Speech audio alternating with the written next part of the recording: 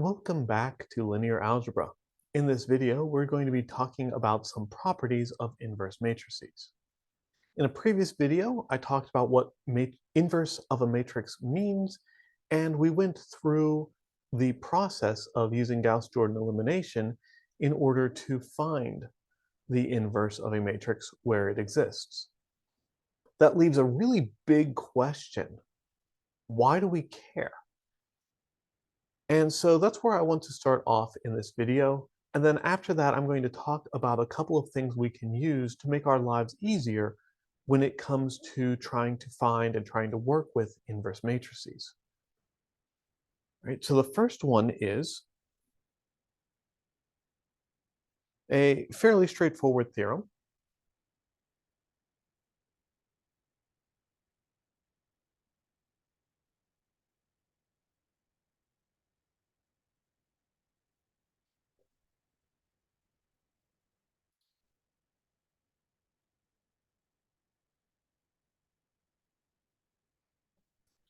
Let's let A be a square matrix with an inverse, A inverse.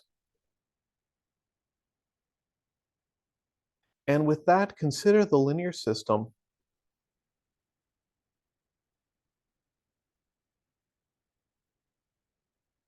AX equals B for some unknown vector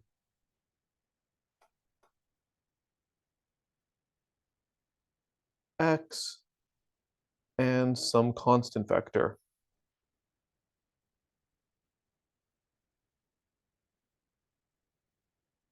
B. Right. Pretty standard stuff. Linear system, matrix A, variable X, components X1, X2, down through to Xn that we don't know. Right-hand side, another vector, constant values that we do know.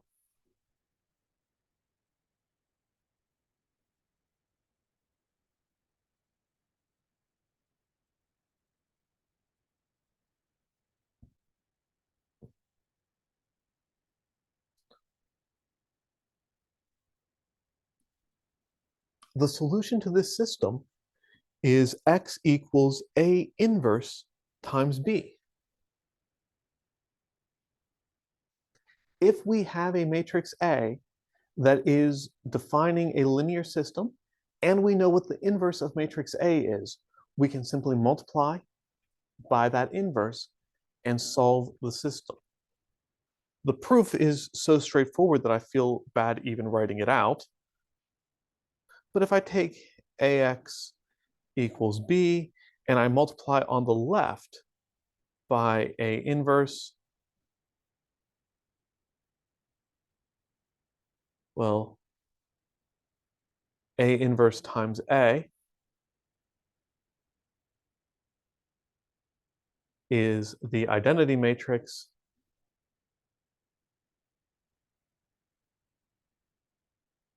and the identity matrix times a vector is just that same vector.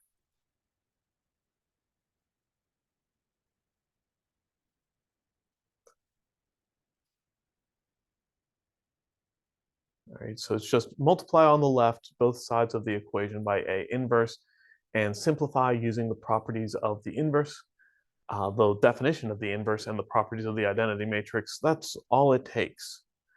And so we've proven that.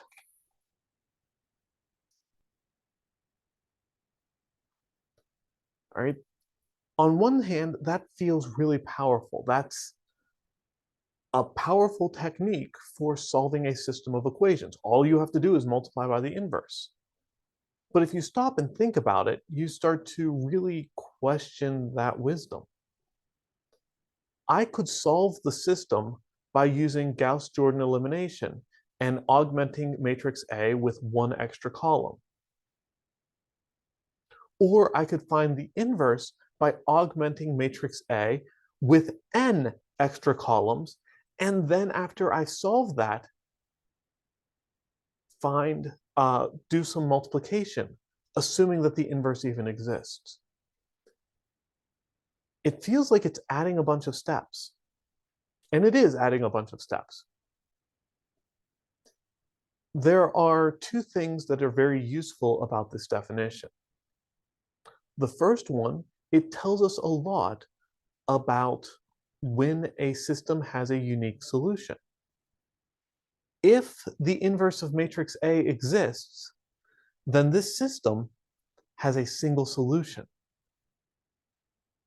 And a system that has more than one solution has to fall under the case of the inverse of matrix A doesn't exist.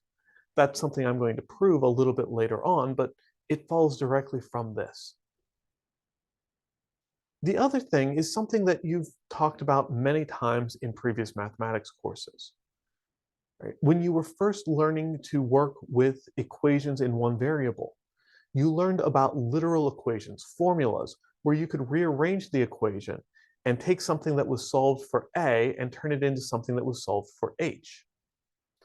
And most likely your instructor told you something along the lines of, for our purposes, on an exam, this is really boring because you're going to rearrange the equation, you're going to plug some numbers in, you're going to get something out. You could have just as easily plugged the numbers in the first place and then not had to rearrange the equation. That's a limitation of the format of an exam. In practical terms, when you rearrange a formula, you're probably looking at something that you have to do frequently. You might be looking at trying to automate a task. If you are doing the same calculations over and over again, it would be nice to know what the calculations are instead of having to go and solve the equation every single time. If you're doing it enough, you're going to program a computer to do the work for you, and that will be much more efficient. The same idea holds here. If I have one equation, ax equals b, and I'm trying to solve it, finding the inverse of matrix A is definitely more computation intensive. If I'm working out by hand, it is going to take a lot more time. If I'm working this out on a computer, it's going to take more time and more memory. But what if I wasn't just solving one system of equations? What if I had a system of systems of equations?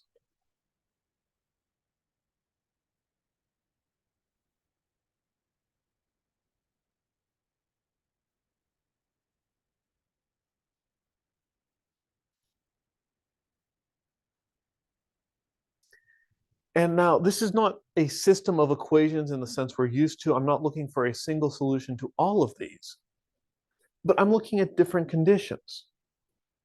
I'm writing out a system of equations, and the left-hand side says what I'm doing to the variables, and the right-hand side tells me what I'm supposed to get out. If I know what I'm supposed to get out, the point of a system of equations is to work backwards and figure out what I put in the first place. Right? A very simple example, I'm looking at mixtures, right? A mixture problem. We're mixing together a couple of different chemicals and ending up with this solution at the end. If I know what the solution wants to look like, I can solve the system and figure out what I put into the solution in the first place.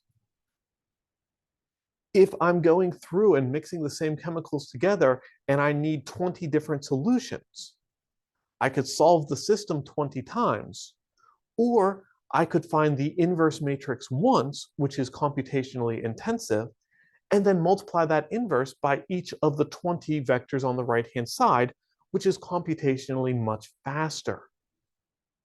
And so that idea, which once again, something that we're not going to have time to work on in class, you're not going to see an example that takes the power of this.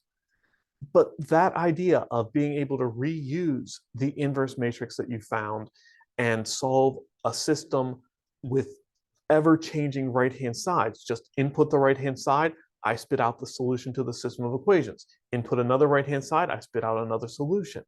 That's where this method of inverse of a matrix becomes powerful.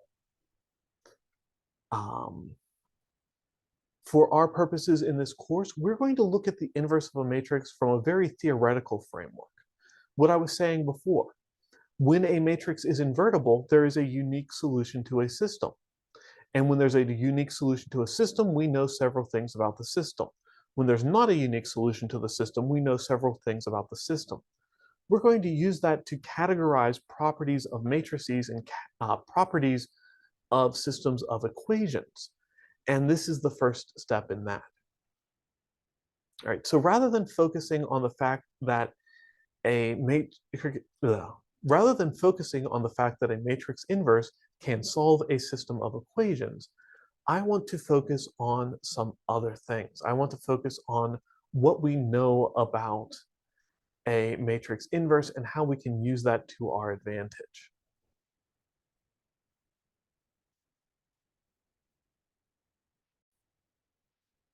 I'll start out with a relatively simple theorem. Come on, there we go.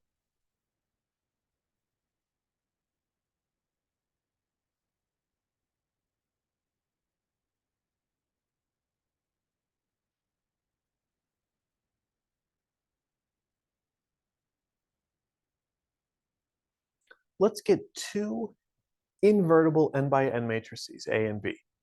It's important that they both have an inverse.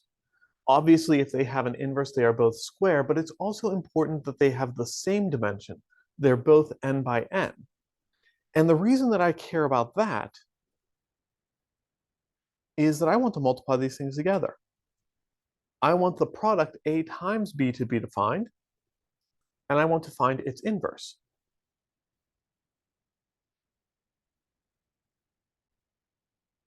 And I claim here that the inverse of the product AB is B inverse multiplied by A inverse. And I'm going to prove this relying on the fact that the inverse of a matrix is unique.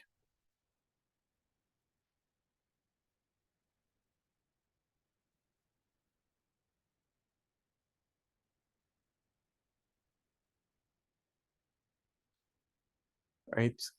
So if I can show that B inverse A inverse satisfies the need of the inverse of AB, that's all I need to do. Right? I'm not sure if I've used a WTS statement in this video series yet or not, but WTS stands for want to show. And it's a nice way of reminding yourself of what you're doing while you're writing out a mathematical proof. We want to show that this definition of AB inverse, B inverse times A inverse, satisfies the need of the inverse of a matrix. So if I take matrix AB and I multiply it by B inverse A inverse, or if I take B inverse A inverse and multiply it by AB, either way, I should get the n by n identity matrix. If I can show that that happens, then B inverse A inverse satisfies the definition of inverse, and it is n inverse of matrix AB. And since the inverse of a matrix is unique, it is the only inverse of matrix AB.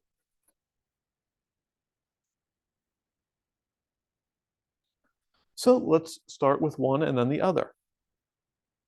AB times B inverse A inverse.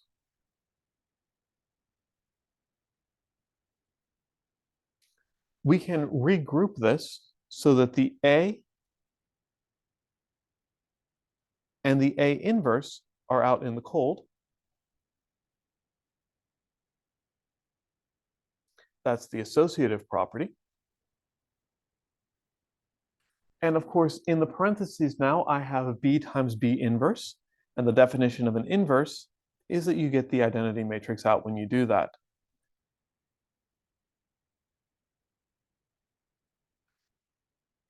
Now I want to multiply matrix A times matrix I, and anything times the identity matrix is that thing. So the property of the identity matrix there And A times A inverse is, of course, still I. That's the inverse property once again. And if we put this in the other order, we're going to get the same sort of a thing happen. It's just going to kind of cancel out looking backwards. But we do need to show that it works both ways. I think I mentioned there's such a thing as a left inverse and a right inverse, where it works in one direction but not the other. So we do have to make sure that both directions work. We'll take B inverse, A inverse, and multiply it by AB. And we will again regroup using the associative property.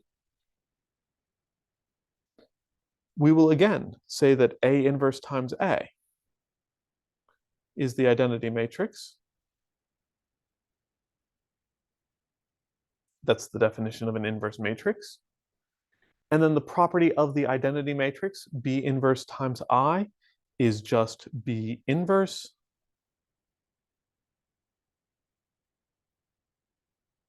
And finally, B inverse times B, the definition of inverse matrices says that that has to be the identity matrix.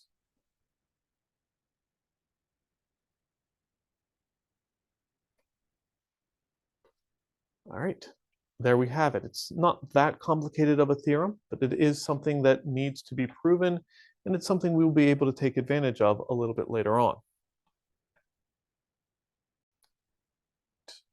My next theorem, I guess technically I probably should have done first. It's even more straightforward, but I think it's one of those ones that's so straightforward it's hard to prove.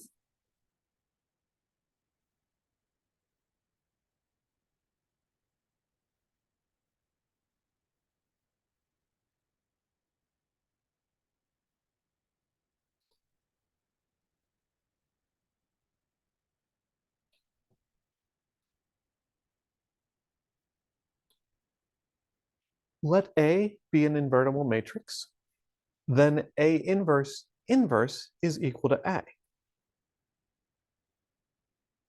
Well, what does it mean to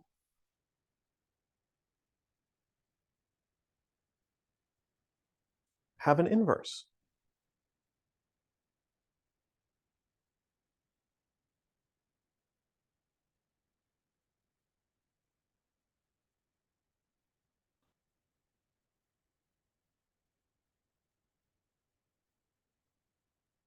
Well, the definition of A inverse is that A times A inverse is equal to A inverse times A is equal to I. Well, the definition of A inverse inverse, we want to show that A inverse inverse times A inverse is equal to A inverse times A inverse inverse is equal to I. And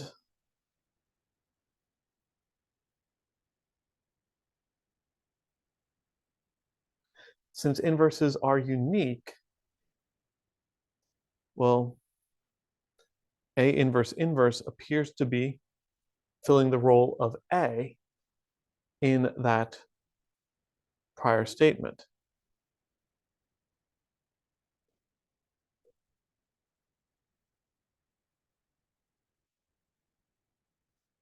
Right. For most of you, I hope that this theorem was one of those ones that is so obvious. Wait, we have to prove that that works? But yes, we have to prove that that works. We have to work through and explain why. Right? That's one of the things that you're starting to transition to at this point in your mathematics career. If you go onward, any higher level mathematics course is going to be focused entirely on this idea of definition and proof. Everything in mathematics is either a definition, something that we are stating must be true, and that's our initial assumption about the world, or a theorem, something that we prove to be true. The goal of mathematics is to try to find out how few assumptions we need to make in order for everything we know about math to work. That's what that's what mathematics researchers are doing, looking at the assumptions that we make and trying to figure out if there are fewer assumptions we can make, if there are better assumptions we could make, if there's a different way of stating these kinds of results. And this is part of it. We don't need to assume that the inverse of a matrix is the original matrix. We can prove it. We can say that it must happen based on where we've been. All right, let's take a look at another property here.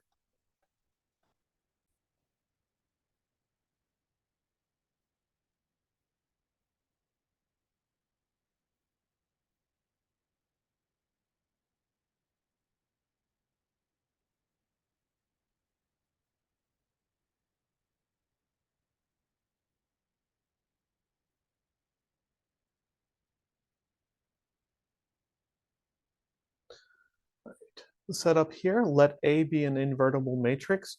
Notice here that A is not an n by n matrix. I'm going to use n to mean something different. But n is going to be a counting number, a natural number, and it's going to be constant.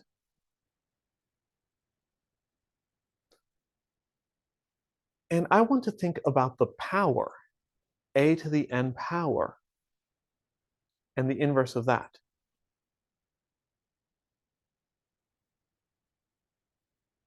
I claim that the inverse of a to the n power is the same thing as the inverse of a raised to the n power. And once again, in order to prove this, I'm going to rely on the fact that inverses are unique. So if I can show that a inverse to the n is the same thing as a to the n inverse, then I'm good to go.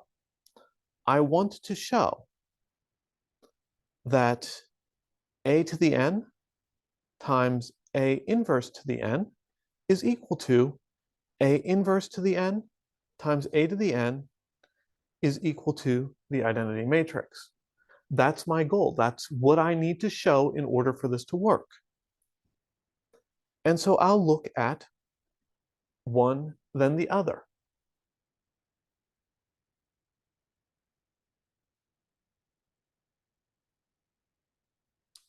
A to the n multiplied by a inverse to the n. Using the definition of matrix powers,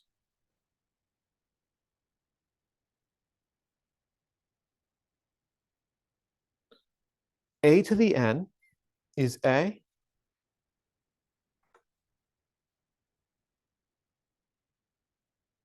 multiplied by itself n times.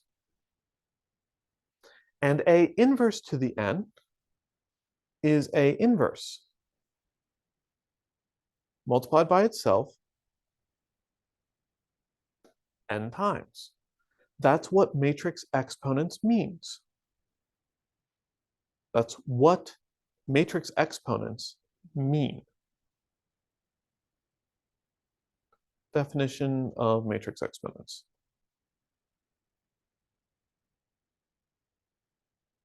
I wrote that down and then I kind of ran myself out of room. I apologize.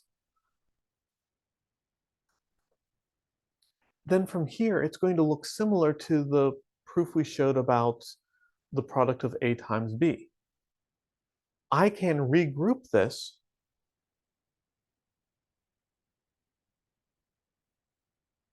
taking the first n minus 1 factors of A together, the last factor of A, and the first factor of A inverse together,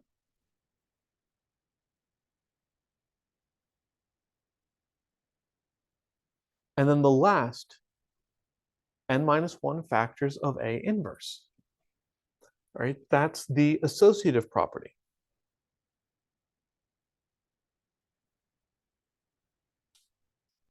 So there's my second step. And of course, A times A inverse is I.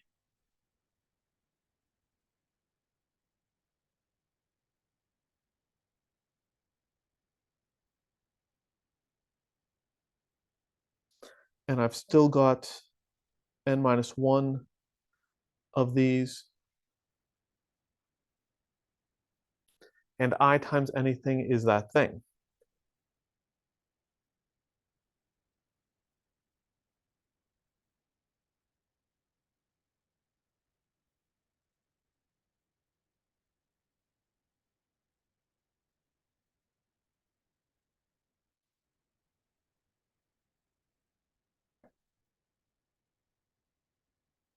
Not properties, labeling the wrong thing in the wrong place, right? We got from A to A times A inverse to I using the definition of inverse. And then from that, the identity matrix goes away. That's the property of the identity matrix. Actually, let me scroll up a little bit so we can get as much of this into the picture as I can. Not quite all of it. But take a look at what happened here. I started with, it's over here. I started with n factors of A multiplied by n factors of A inverse.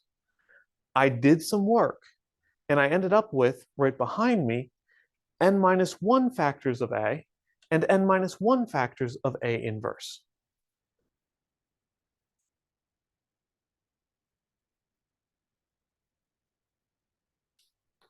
And if I keep repeating this, I can get from n minus 1 factors of each down to n minus 2 factors of each.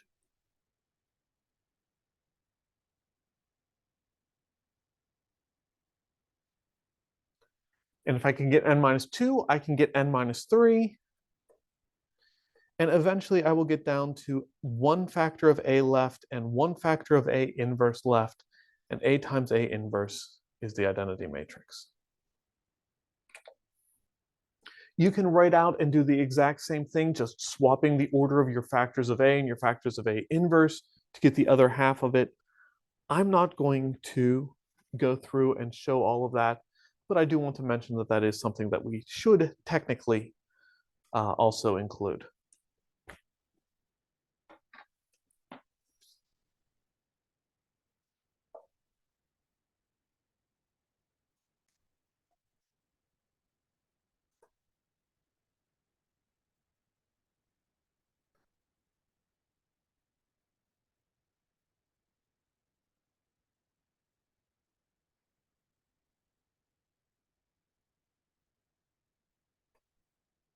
But here, once again, one of the things that mathematicians love to do. Now that we have this new structure that works, we can make a shorthand. A inverse to the n power. The inverse of A to the n power. We just show that they're the same thing, so we can create the condensed notation A to the negative n power.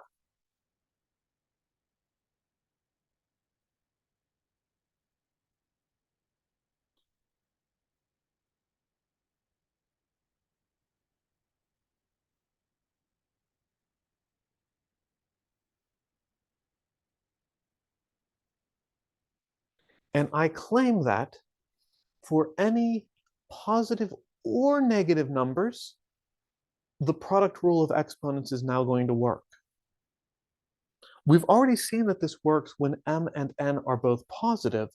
We haven't seen that it works with negatives and with the inverse of a matrix showing up. Of course, negative exponents, all of this,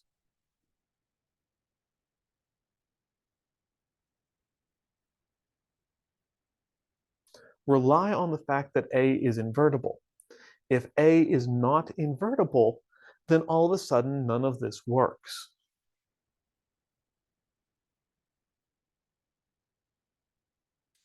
All right, I'm going to put proof in quotation marks here. I very specifically want to look at the case of A to a negative power multiplied by A to a positive power.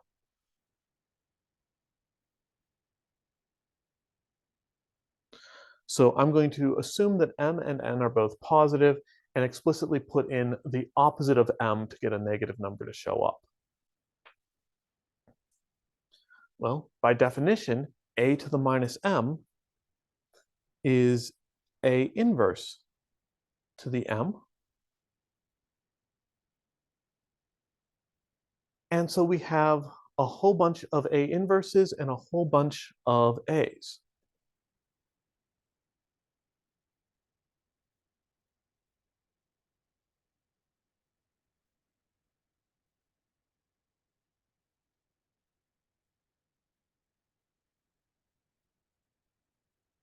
But unlike the last proof, this time we have a different number.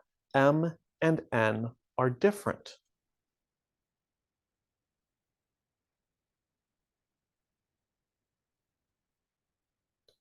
If M is greater than N, then I can group this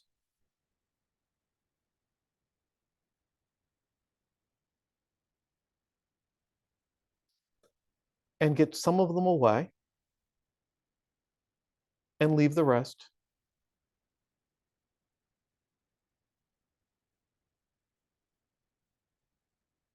behind, right? If I take the first M minus N away, then there are N left over, right? If I'm looking at a to the negative 5 power, a to the positive 3 power, um,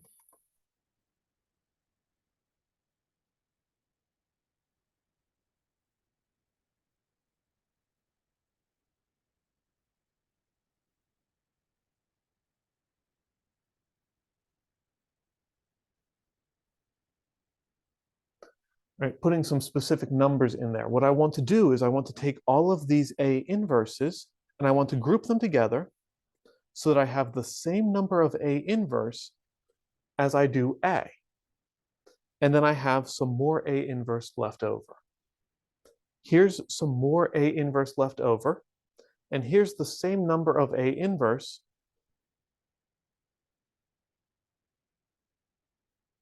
as I have A. We just saw that if I have the same number of A inverse and A, those things all go away.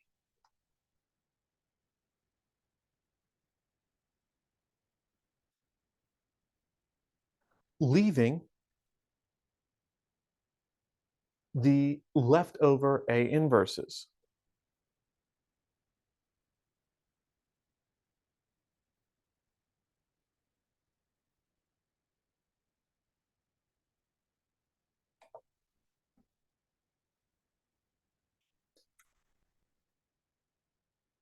Right? A inverse to the m minus n, distributing that negative 1 is going to be minus m plus n, or n minus m.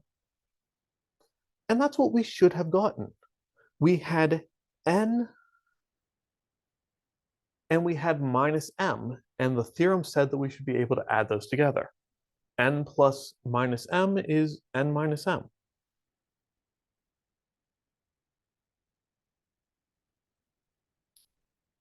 All right, so with introducing the inverse and trying to pretend that it is a power on exponents, the rules of matrix exponents extend out perfectly. It goes and does exactly what we hoped it was going to do.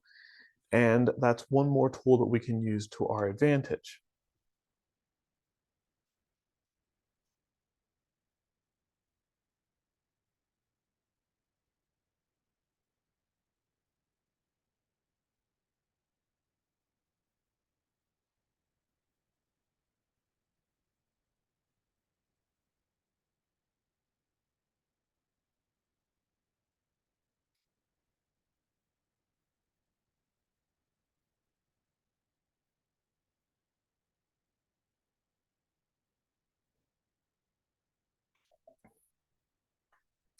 I've got one last theorem that I want to think about.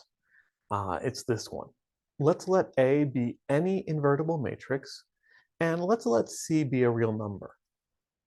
I claim that if I take C times A and I want the inverse of that, it's going to be the result of 1 over C multiplied by A inverse. And I guess I forgot something in here. I apologize. I need to ensure that C is not 0 because, of course, divide by 0 would be a problem. This one I want you to try. I want you to think about how to sketch out this proof and how you can use the properties of exponents and kind of the behavior we've been talking about to get this result. This lesson is certainly one of the more abstract ones. I hope that you found it interesting. Again, we're going to take some of these properties and build on them in the future, so this is really setting the foundation for a lot of what we want to do in the course. But take a couple of minutes, see what you can do trying to write this proof out, and I'll see you in the next video.